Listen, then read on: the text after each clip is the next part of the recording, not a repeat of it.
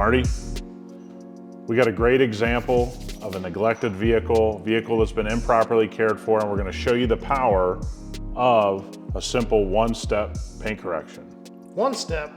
Yep. So it's sort of like one bucket now, I don't do two? Like, okay, what is a one step? Because I might be used to, hey, I've got a compound, then I got to polish, right? You hear long, right?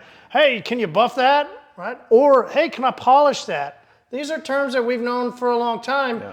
Now there's one step. Yeah, and one step is really come a long way with the technology. Pad technology, tool technology, polish and compound technology, abrasive technology has all helped. And remember, this is never going to get your car perfect, right? That takes a lot of skill. You know, you could be talking about in a car like this with this kind of damage, you're going to be talking about sanding, compounding, finishing out. And what is perfection? Yeah, I mean, a vehicle like this, it'd be pretty hard to get it to 100% because we probably have some spots that are a repaint situation. And so somebody buys this car and they're really proud of it and they want to just make it better. Maybe it's their first car, their second car, their first car they could afford that they really like. You can't always, number one, have the skill to do what you would need to do to get this to perfection. Sometimes that's not possible because we have damage that's beyond repair. So how do I just make it better? Yeah. How do I get the gloss where I want, remove some of the scratches, remove some of the swirling? How do I just make it better? And that's where a one step fits in. And here's what I love about the way one step has really come through the industry in a sense, come into car care, is I don't have to worry about, well, am I compounding, am I polishing, am I doing all this stuff? I can now go over, and I talked that joke for a second ago about perfection, but even most elite guys never chase 100% perfection. It's really difficult. It's really difficult, and so few actually ever get there. Yep. Perfection for most a two-step type thing is more like 90 to 95%. Yep. So thinking of that, you know, when we're going to do a one-step, you know, there might still be some of that deep scratch. Yep. But all the stuff around there, right, we might call a swirl mark or a car wash mark, any of that type of stuff should all be gone, which would put, what, 70%? Is that sort of where we're headed? It's all going to be dependent on how hard the clear coat is. Great point. So some cars, I may be only be able with a one step to get 50% of it out. Some other ones, I can get 80% out. Right, softer clear coats. You just don't know till you start working on it. Do some test spots. Do some, you know, maybe a different pad combination or something like that. But here's the deal: you really want to make it simple on yourself. It doesn't matter if you're a professional or you're somebody doing it yourself. You just want to 100% make it easy. Grab our one pad, grab our one-step polish, and go to work. Right, that's all you really want to do. Okay, and you want to see where that leaves you after doing some passes. If you're not happy, then you can make adjustments. For most people, I bet we're probably going to be able to get 60 to 70% out of this paint, would be my guess. It's usually just a pretty middle of the road clear coat. We're not going to get it to perfection.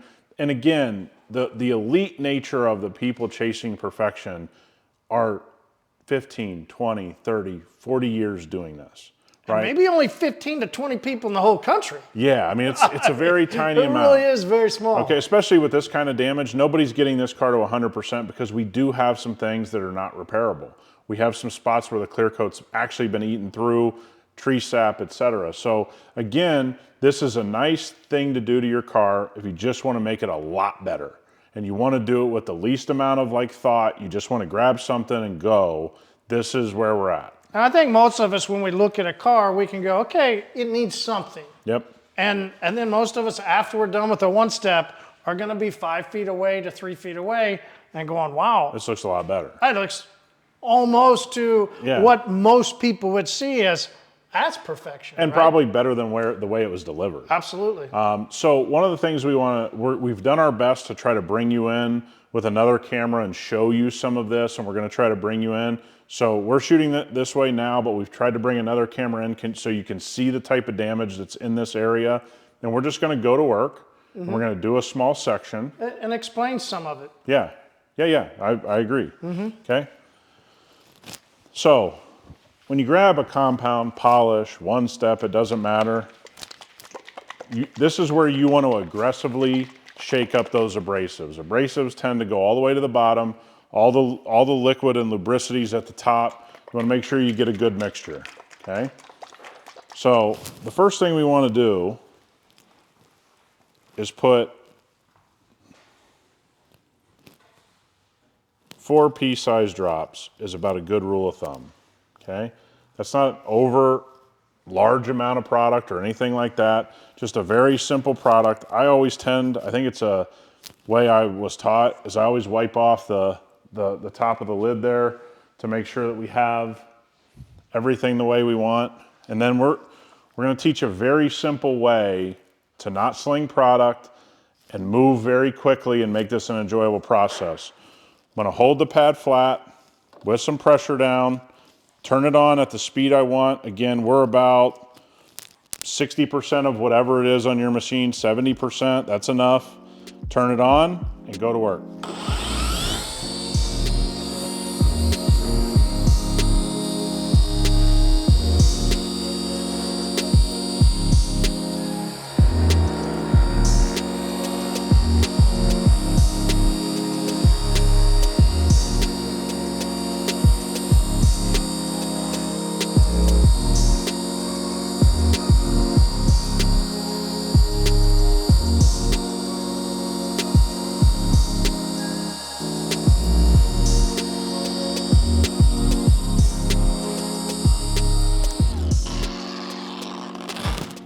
All right.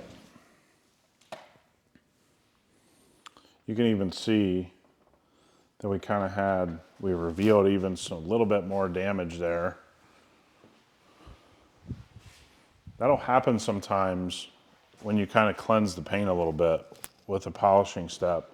As you'll start to see, as I was cutting, I was starting to see even more damage than we thought was there. Now, there's an important thing, it's gonna be hard to pick up on camera.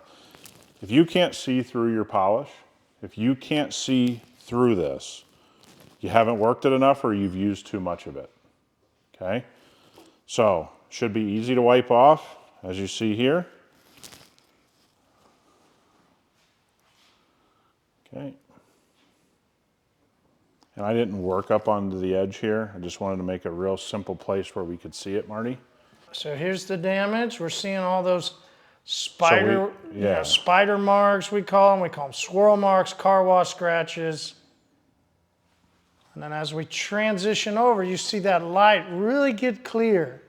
Okay, so what we've done there is we've clarified the paint. As we begin to reduce those scratches, what happens is the light doesn't refract off of the marring, off of the scratches. So then the pigment of the paint, whatever color that pigment is, shows through better without. And there's actually, no, come back this way a little bit. You can actually see a transition line right through there. Right? You can see that as you go back and over. Right through here, you see it a lot, right? That transition as we go back and forth. That's the cool part. All right, look how clear that is now. Let's come up this way a little. There we go. And so if you look right here, guys, let's try to pick it up if we can. I saw it. Hold on one second. Yeah, it's going to be hard to pick up, but you're still going to have some little stuff in there. But I mean, right there, that's as good as it gets. Mm-hmm. So when you look right here, I mean, that's pretty damn clear. Mm-hmm. And let's just buzz down here real quick to give people the last view. That's done. This is what it looked like. That's a lot of damage. So we did what, 3 to 4 passes? Very light pressure, very easy work, okay? Again, I want to stress, there are levels to this. There are times that guys can do a lot more. They have the skill, they have, somebody's paying for it, or it's your car, they have the skill to do it. Absolutely, but I think when you look at a one-step paint correction, it fits a lot of situations. Unfortunately for this car, 6 years old, should it be in this condition? No. But it is. Because it's got a beautiful metallic in there. I love seeing it now. Yeah, and I say this, hey man, things happen. You can buy a used car, every single one of you is capable of doing this. Everybody, okay? Hold your pad flat, use the right product, use the right pad, go the right speed, which you'll find very quickly. We've shown videos in the past. Everyone's capable of this. And this is a hell of a great service to do to your own car or a customer's car. Doesn't matter. And so when technology allows us to do things like that, that's pretty incredible. I mean, you and I came up at a time in a business, rotary and wool pad, then a medium pad, then a finishing pad, then sometimes even a jeweling pad. And you had to have skills to get to that last step because most people would screw it up in the first step. We didn't have this option on this level. So it's really cool that we're here. Absolutely. But we also need to understand there's limitations. Don't go chasing deep defects that you don't understand how to remove. It's going to cause yourself a lot of problems. We're going to be showing some damage here where somebody chased something with something improper. Bad things can happen. This fits a lot of people. This is not perfect paint correction. You're not going to get your paint looking 100%. Everything's going to be removed and it's going to be like glass. But that's pretty close to glass compared to what most cars get delivered by the factory. Yep. And what most cars driving around are. Which is kind of what I said, which you can see those transitions because all that light stuff is out, right? Like if you look at the paint and you're looking at it in a light or in the sun, and you see this big web of all that stuff. Hey, this one step's gonna get that out. Yep. It's gonna leave some of that deep stuff, but boy, wow. Like I said, most people from 5 feet away, most people, I mean, we talk about the few people that could actually see.